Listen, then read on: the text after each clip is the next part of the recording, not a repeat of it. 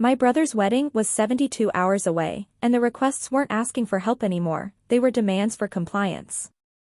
Wesley and Trinity sat across from me at the rehearsal dinner, their faces flushed with the kind of excitement that only comes from spending someone else's money. "We need to upgrade the bar," Trinity said, her voice bright and sharp.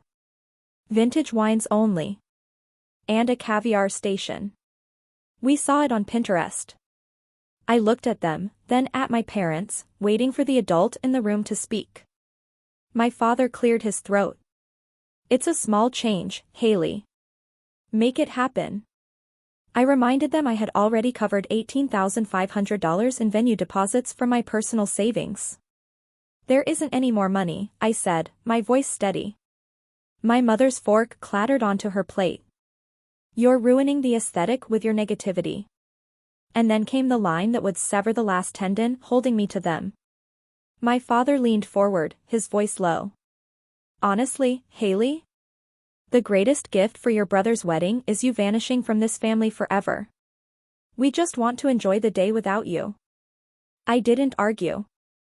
In a professional kitchen, you don't argue with a burn, you just pull your hand away.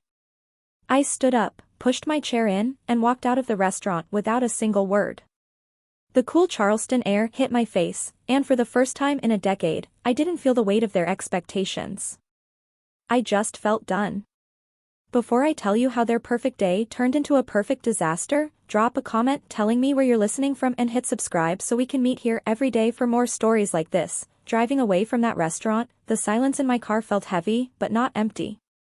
It was filled with memories I had suppressed for years, the kind that only surface when you finally stop running. I thought back to the kitchen of The Sweetest Day, our family's catering company. For 7 years, that stainless steel prison had been my entire world. I was 28, but my hands looked older, scarred from burns and cuts, the skin rough from sanitizing solution. My name is Haley Miller, and I was the head chef and operations manager, titles that sounded impressive but meant nothing when your paycheck was gratitude and your benefits were guilt. My brother, Wesley, was the visionary. That was the family's polite term for unemployed with opinions. He would breeze into the kitchen at noon, taste a sauce I'd been reducing since 5 a.m., and say, "Needs more acid," before leaving to meet friends for lunch. My parents, Lindsay and Charles, were the face of the business. They handled the schmoozing, the tastings, the handshake deals at the country club. They loved the idea of owning a high-end catering company, they just hated the actual work of catering. The grease traps, the inventory, the 16-hour days on your feet, that was my inheritance. I remembered the corporate contract with Technova 2 years ago. $68,000. It would have been my ticket out, enough to start my own small bistro.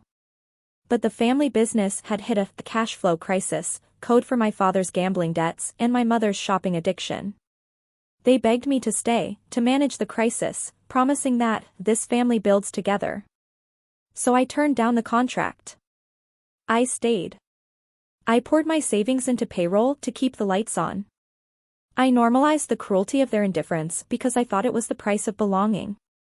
I thought if I just worked hard enough, bled enough, eventually they would see me as a partner, not a servant. But sitting at that stoplight, watching the red glow reflect on the wet pavement, I realized the truth. It wasn't a partnership. It was a hostage situation. I had been conditioned to believe my value was tied entirely to my utility. If I wasn't fixing, cooking, or paying, I didn't exist. The pain in my chest wasn't heartbreak, it was the realization that I had been the architect of my own cage. I had handed them the keys every single morning. Tonight, they had asked me to vanish. They thought it was a punishment. They didn't realize they had just handed me the one thing I needed most, permission. I didn't sleep that night. Not because I was upset, but because my mind was racing with a clarity that felt almost electric. By 6 a.m., I was parked outside the catering office. The sun was just starting to bleed over the horizon, casting long shadows across the parking lot. I unlocked the door, the familiar chime of the security system echoing in the empty space. I didn't turn on the main lights. Muscle memory guided me through the dark, I knew the layout better than the veins in my own hands. I walked straight to the kitchen.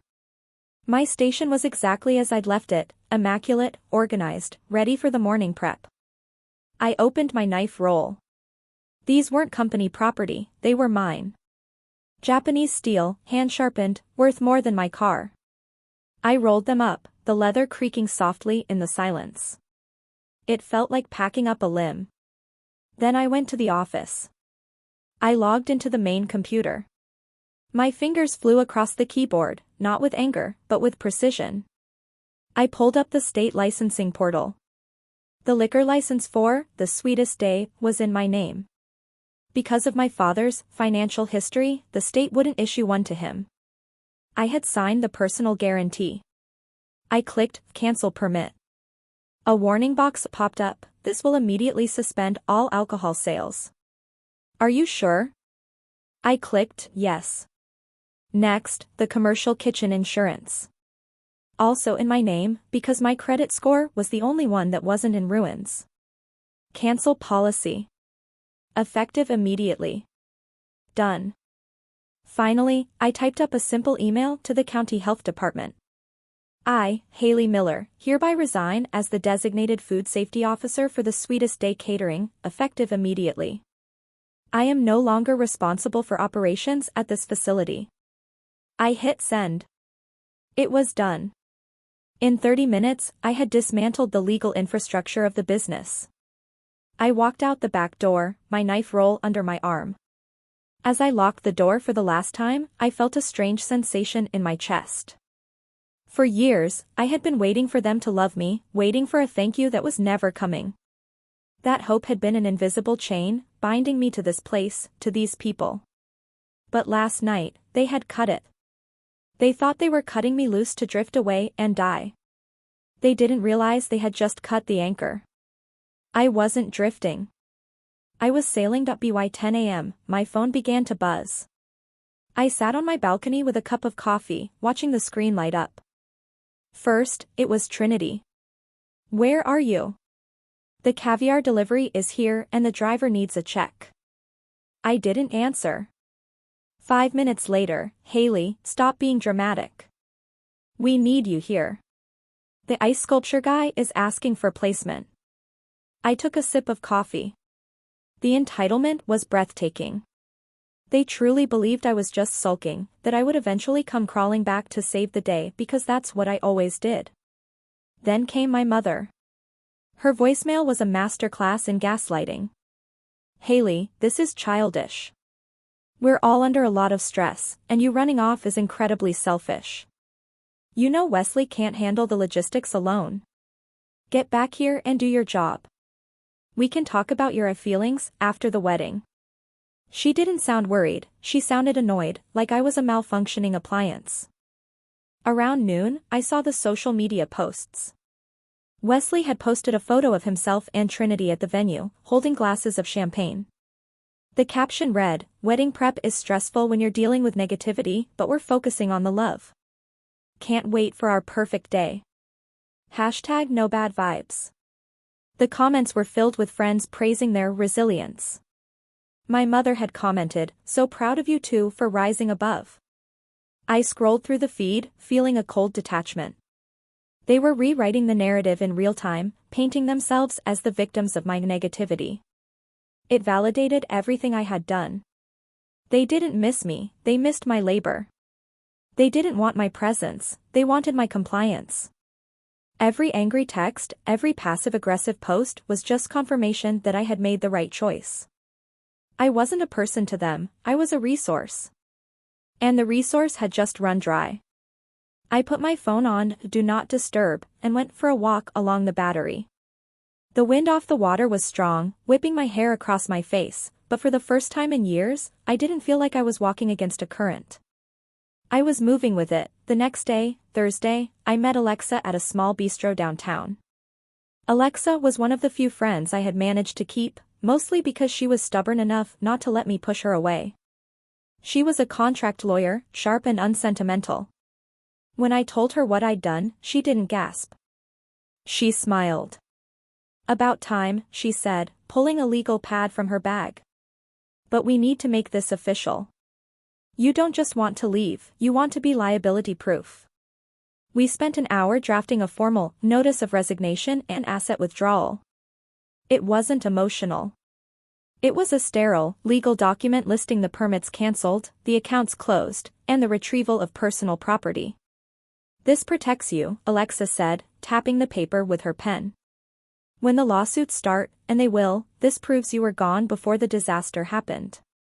We send it via certified email to my parents, Wesley, and the venue manager. Then came the twist I hadn't even fully calculated. Alexa looked up from her phone, her eyes wide. Haley, wait. The venue. It's the Grandview, right? I nodded. I know the manager there. He's a stickler for protocol. Did you know their contract requires a certified food safety manager to be on site for any event serving hot food? I froze. I was the food safety manager. My certification was the one hanging on the wall in the kitchen. Wesley had failed the exam twice and then forgot to retake it because he said paperwork was for staff. My parents had let theirs lapse a decade ago. Without you, Alexa said slowly, a grin spreading across her face, that kitchen is legally dead. They can't turn on a stove. They can't serve a single hot meal. It's a health code violation that would cost the venue their operating license. The realization hit me like a physical wave. I hadn't just cancelled the booze. I had cancelled the food. The lobster, the filet mignon, the hot hors d'oeuvres, all of it was now illegal to serve. A perfect day with its imported caviar and vintage wine was about to become a dry reception with cold crackers. The irony was perfect. Their elitism, their demand for luxury, was going to be destroyed by the very thing they despised, basic, unglamorous compliance. The power illusion of the empty wallet was about to shatter. They had the suits, the venue, the guests, but without the help, they had nothing. Friday morning, 24 hours before the wedding, the bomb detonated. I was in my living room when my phone lit up. It wasn't a text this time. It was a call from my father. I let it go to voicemail. Then my mother. Then Wesley. Then the venue manager. The voicemail from my father was breathless, a tone I had never heard from him, panic. Haley, pick up. The venue manager just called. He says we can't use the kitchen. He says your name was on the permit and you pulled it. Fix this. Now. Then Wesley called again. I stared at the phone, watching his name flash. I thought about the years of insults, the stolen credit, the way he looked at me like I was furniture. I picked up. Haley. He was screaming so loud I had to pull the phone away from my ear.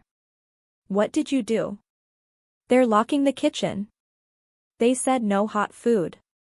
We have 200 guests coming for a black tie dinner. You have to come back. Just come sign the paper. Come stand in the kitchen. You don't even have to work, just stand there so we're legal. His voice cracked. Please. Trinity is hysterical. You can't do this to us. We're family. Family? I asked, my voice calm, steady, unrecognizable to my own ears. At dinner, you said the greatest gift I could give was vanishing. You said I was ruining the vibe. You wanted me gone. We didn't mean it like that. We were just stressed. Haley, please. I'll pay you. I'll give you whatever you want. I don't want your money, Wesley. I don't want your apologies. I just want to give you exactly what you asked for. Haley, no. You asked for the gift of me vanishing, I said, cold and final. I'm just giving you what you wanted. Enjoy the wedding. I hung up. I blocked his number. Then I blocked my parents. I turned off my phone and placed it face down on the table. The silence in the apartment was profound. It wasn't the silence of loneliness, it was the silence of a judge who has just delivered a verdict. Justice had been served, not with a scream, but with a signature. 3 months later, I stood in the kitchen of a small, sun-drenched condo overlooking the marsh. The air smelled of rosemary and garlic. I was chopping vegetables, the rhythmic thud-thud-thud of the knife against the board the only sound in the room. The sweetest day was gone. The wedding disaster had been the final nail. The story of the cold-cut wedding had gone viral locally, guests posting photos of empty tables and grocery store cheese platters served on fine china. The reputation damage was immediate and fatal. The health department audit that followed uncovered years of corners my parents had cut, fines they couldn't pay. They filed for bankruptcy last month. Wesley and Trinity broke up 2 weeks after the non-wedding. Apparently, their love couldn't survive without an audience. There was no champagne toast for their downfall. No rush of vindictive joy. Just lightness. I had started a small private chef service, cooking for families who actually wanted to eat my food, not just critique it. I worked fewer hours, made more money, and for the first time in my life, I answered only to myself. I scraped the vegetables into a pan, the sizzle filling the room. I wasn't cooking for a client. I wasn't prepping for a 300-person gala. I was making dinner for myself. A simple roasted chicken with herbs. I poured a glass of wine, a cheap bottle I bought because I liked the label, not because it was vintage. I picked up my knife again, wiping the blade clean. It wasn't a weapon. It was a tool. My tool. I had reclaimed my skill, my time, and my life. The empty space they left behind wasn't lonely. It was room to breathe. I took a sip of wine and looked out at the water.